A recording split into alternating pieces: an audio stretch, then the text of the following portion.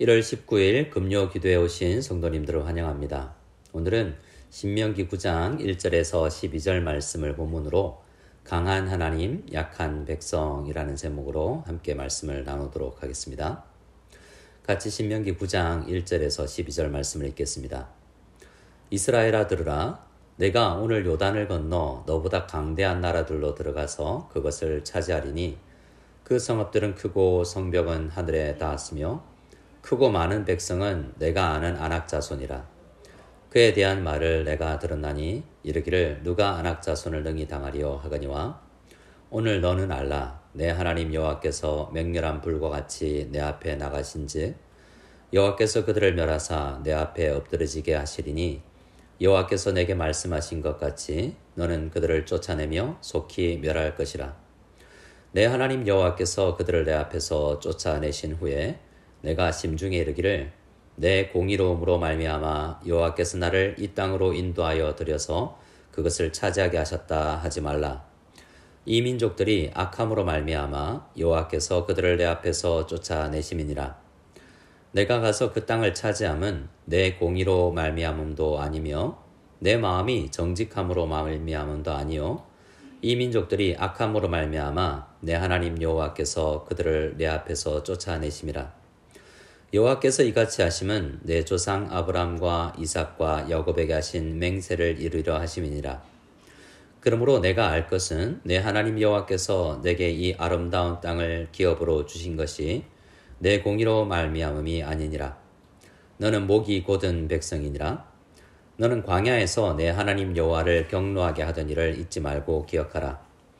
내가 애굽 땅에서 나오던 날부터 이곳까지 이르기까지 널 여호와를 거역하였으되 호렙산에서 너희가 여호와를 경노하게 하였으므로 여호와께서 진노하사 너희를 멸하려 하셨느니라. 그때 내가 돌판들 곧 여호와께서 너희와 세우신 언약의 돌판들을 받으려고 산에 올라가서 40주 40야를 산에 머물며 떡도 먹지 아니하고 물도 마시지 아니하였더니 여호와께서 두 돌판을 내게 주셨나니 그 돌판의 글은 하나님이 손으로 기록하신 것이요 너희의 총의 날에 여호와께서 산상 불 가운데에서 너희에게 이르신 모든 말씀이니라. 40주 40야를 지난 후에 여호와께서 내게 돌판 곧 언약의 두 돌판을 주시고 내게 이르시되 일어나 여기서 속히 내려가라. 내가 애굽에서 인도하여 낸 내 백성이 스스로 부패하여 내가 그들에게 명령한 돌을 속히 떠나 자기를 위하여 우상을 부어 만들었느니라. 아멘. 지금까지 우리가 신명기를 묵상해 오면서 발견한 신명기의 핵심이 무엇입니까? 하나님을 의뢰하고 반역하거나 돌아서지 말라라는 것이 그 핵심이었습니다. 신명기 8장에서도 그 주제가 분명하게 드러났는데요. 8장 3절 말씀을 보면 사람이 떡으로만 살 것이 아니요 여호와의 입에서 나오는 모든 말씀으로 사는다라고 이야기를 하고 있습니다. 떡이 상징하는 땅에서 나는 필수적인 음식과 물질 등이 없으면 사람은 살 수 없는 존재라는 것이죠. 하지만 사람은 물질로만 살도록 창조되어지도 않는다고 말하고 있는 것입니다. 사람은 여호와의 입에서 나오는 말씀이 없으면 살 수 없는 존재다라는 것이 신명기가 강조하는 것입니다. 8장 17절 말씀을 보면 말씀 없이 살아가려는 자세를 가진 사람들의 생각을 기록하고 있는데요. 그런 사람들은 마음에 하나님이 없기 때문에 마음에 하나님이 없으면 내 능력과 내 손의 힘으로 내가 이 재물을 얻었다라고 생각하고 말하게 된다라고 말하고 있습니다. 그런데요, 이렇게 생각하는 것이 비단 하나님 없는 불신자들만이 아니라는 것이 문제입니다. 성도들도 마음 가운데 하나님이 없으면 내 능력과 내 손의 힘으로 내가 이것을 얻었다라고 생각할 수 있다는 것이죠. 모세는 하늘만 바라보고 살 수밖에 없는 광야와는 달리 앞으로 이스라엘 백성들은 땅의 소산이 풍부한 가나안 땅에서 살게 될 텐데 그렇게 되면 하나님을 기억하지도 않고 우리가 하나님으로부터 재물 얻을 수 있는 능력을 받아서 살아간다는 이런 가장 기본적인 사실조차도 망각하기 쉽다라는 것을 오늘 말씀을 통해서 지적했습니다. 8장 말씀을 통해서요. 이제 9장에서는 곧 가나안 땅을 차지하게 될 것인데 그 땅에서 그 땅을 차지하게 되는 원인이 이스라엘 백성들이 군사력이 강하거나 이스라엘이 혹은 마음이 정직하고 청결해서가 아니다라고 말하고 있습니다. 오직 강하신 하나님의 주권 때문이다라고 말하고 있죠. 오늘 본문은 이렇게 변함없는 진리인 연약한 백성들이 강하신 하나님을 믿으면 우리가 이 세상을 어떻게 살아갈 수 있는지를 생각하게 합니다. 오늘 말씀을 통하여서 우리는 비록 연약하지만 강하신 하나님을 믿고 우리에게 주어진 환경이 광야이든 가나안이든 어떤 환경에서든 우리가 하나님의 뜻을 순종하며 살아갈 수 있게 되기를 원합니다. 9장 1절과 2절을 한번 읽어보겠습니다. 3절까지 읽을까요? 이스라엘아 들으라, 내가 오늘 요단을 건너 너보다 강대한 나라들로 들어가서 그것을 차지하리니 그 성읍들은 크고 성벽은 하늘에 닿았으며 크고 많은 백성은 내가 아는 아낙 자손이라. 그에 대한 말을 내가 들었나니 이르기를 누가 아낙 자손을 능히 당하리오 하거니와 오늘 너는 알라. 내 하나님 여호와께서 맹렬한 불과 같이 내 앞에 나아가신즉 여호와께서 그들을 멸하사 내 앞에 엎드러지게 하시리니 여호와께서 내게 말씀하신 것 같이 너는 그들을 쫓아내며 속히 멸할 것이라. 아멘. 모세는 출애굽 2세대들에게 이제 요단강을 건너가면 가나안 땅인데 그 땅을 차지하게 되는 것은 기정사실이라고 말하면서 오늘 말씀을 시작합니다. 그런데 모세는 그 땅에 살고 있는 나라들, 이스라엘이 정복할 그 나라들을 규정하기를 너보다 강한 나라들이라고 말합니다. 이스라엘보다 강한 나라들이라고 말이죠. 가나안 땅 민족들을 향한 이러한 규정은 40년 전에 아버지 세대의 가데스 바네아에서 10명의 정탐꾼들이 했던 그 땅 백성들을 향한 판단이 틀리지 않았다라는 의미이기도 합니다. 그때 정탐꾼들은 가나안 땅을 정탐하고 그 현실을 분명하게 관측하고 판단하고 분석할 수 있었던 것이죠. 그리고 결론도 정확했습니다. 우리는 저들과 싸워서 이길 수가 없다라고 내린 결론이 정확한 판단에 의한 것이었다는 것입니다. 그러나 그 결론은 하나님이 함께 하신다라는 사실을 배제하고 내린 결론이었음이 문제였던 것이죠. 그래서 지금 모세가 하고 싶은 이야기가 무엇이냐면 우리는 3절 말씀처럼 우리 하나님 여호와께서 우리 앞에 나아가셔서 우리보다 강한 민족들과 싸워 이기신다라는 것입니다. 우리 하나님이 그런 분이라는 거죠. 그러면 우리는요, 이스라엘 백성들은 믿음을 가지고 하나님을 따르면 된다라는 사실을 강조하는 것입니다. 우리 자신을 의지하지 말고 하나님을 의지하라는 것입니다. 4절과 5절에서는 싸움에서 이기고 나서 우리가 어떤 생각을 가져야 할 것인지를 말하는데요. 하나님께서 주신 이 승리의 전쟁을 이제 곧 경험하게 될 텐데 싸움에서 이기고 나면 우리는 여러 생각이 들 것입니다. 싸움에서 우리가 이기면 우리가 마음속으로 내 공의로움으로 말미암아 여호와께서 나를 이 땅으로 인도하여 들여서 그것을 차지하게 하셨다라고 생각할 수 있지만 그렇게 생각하지 말라라고 하십니다. 그래서 앞서 말씀드린 것과 지금 말씀을 합해서 한번 요약한다면 내가 강해서도 아니고 우리가 의롭거나 청결하거나 해서 혹은 승리를 선물로 받을 만큼 선하다고 우리가 생각해서는 안 된다라고 말씀을 하시는 것입니다. 그러면 그렇게 강하지도 않고 순결하거나 공의롭지도 않은 우리에게 왜 승리를 그리고 땅을 선물로 주실까요? 4절과 5절에서 반복해서 말하는 이유는 가나안 땅의 강한 민족들이 하나님께 심판을 받을 만큼 아주 악했기 때문에 그들과 싸워서 승리하게 하시고 그들은 패하게 하신다라고 이야기합니다. 이 승리의 선물은 이스라엘의 조상인 아브라함과 이삭과 야곱에게 하신 맹세를 또한 이루려고 하시는 일이라고도 설명을 하는데요.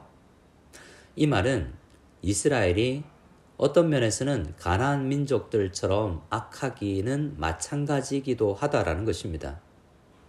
그들도 연약하고 때로는 악하기도 하지만 하나님의 언약의 말씀을 믿는 언약 백성이기 때문에 선택받은 하나님의 백성이요 언약 안에 있는 백성이기 때문에 그들은 선물을 누린다라고 말합니다. 잠시 우리에게 적용해 볼까요? 우리는 하나님을 믿지 않는 사람들과 비교해서 더 도덕적이거나 의롭지 않은 경우가 많습니다. 그래서 구원은 우리의 무엇에 달려있는 것이 아니고 하나님의 선택을 받아서이다라고 우리는 생각하고 있습니다. 그것이 성경이 이야기하는 바죠. 그래서 우리가 가진 어떤 물질이나 어떤 승리나 구원까지 우리는 자랑할 수가 없고 겸손할 수밖에 없다라고 우리도 자신을 생각해야 합니다. 6절을 읽어볼까요? 그러므로 내가 알 것은 내 하나님 여호와께서 내게 이 아름다운 땅을 기업으로 주신 것이 내 공의로 말미암음이 아니니라. 너는 목이 곧은 백성이니라 라고 말합니다.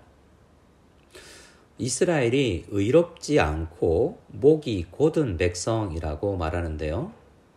이스라엘은 강하지도 않을 뿐더러 의롭지도 않다는 사실을 다시 한번 인지시키고 있습니다. 목이 곧다라는 표현은 하나님의 말씀을 정말 들으려고 하지 않는다라는 것입니다. 불순종하고 교만하다라는 표현이 목이 곧고 자기 마음대로 한다라는 그런 의미를 가진 단어인 것입니다. 그러니 이스라엘 자신들 안에는 땅을 기업으로 받을 어떠한 이유도 근거도 없음을 계속해서 모세는 이야기하고 있습니다. 오히려 7절 이하부터는 이렇게 말하던데요. 너는 광야에서 내 하나님 여호와를 경노하게 하던 일을 잊지 말고 기억하라.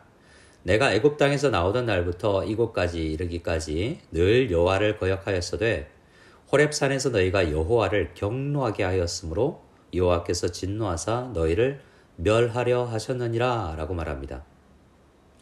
출애굽 1세대들이 하나님의 말씀을 듣지 않고 목을 곧게 해서 불순종했던 40년 전 과거를 상기시키고 있는 것입니다. 그런데 이 설교를 처음 듣고 있는 이 신명기를 처음 들었던 출애굽 2세대들은 출애굽 당시에 20살 미만이었거나 아직 태어나지도 않은 사람들입니다. 그런데 모세는 지금 설교를 듣는 이스라엘도 목이 곧다라고 말하고 있습니다. 아버지 세대와 지금 후세대 모두를 포함해서 하나의 인격체처럼 말하고 너가 목이 곧다라고 이야기하고 있는 것입니다. 그래서 출애굽 2세대들도 사실 1세대와 크게 다르지 않은 성정을 가진 사람들이라고 우리는 생각할 필요가 있습니다. 사실 우리도 그렇지 않습니까? 우리는 때로 나는 저 사람보다는 깨끗하다. 그래도 나는 저 사람보다는 의롭지. 저 사람보다는 낫다라고 생각하기도 하지 않습니까? 모세는 우리 모두가 연약하다고 말합니다. 자신과 그들이 많이 다르지 않다고도 이야기하는 거죠. 우리 모두는 하나님 앞에 연약한 죄인들인 것입니다.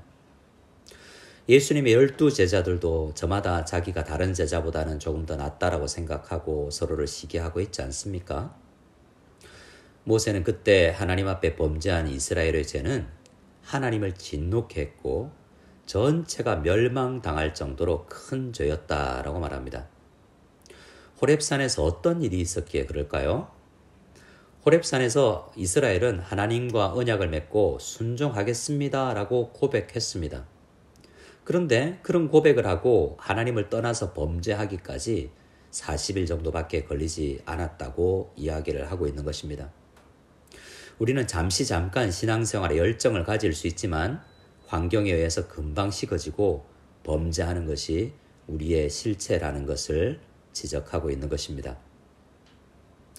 9절에서 12절 말씀을 보면요.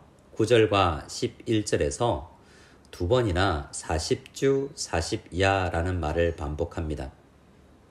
모세는 산에 올라가서 40일을 금식하면서 10계명을 받았다라고 이야기를 하고 있는데요.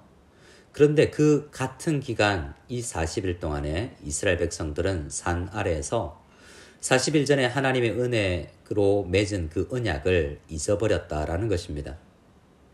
하나님의 사람 모세는 산에서 40일 동안 떡도 먹지 않고 물도 먹지 않고 사람이 떡으로만 살지 않고 하나님 말씀으로 사는구나 라는 것을 간절히 추구하며 있었는데 산 아래에 이스라엘 백성들은 떡을 추구하면서 하나님의 말씀을 저버리고 있었다는 것입니다.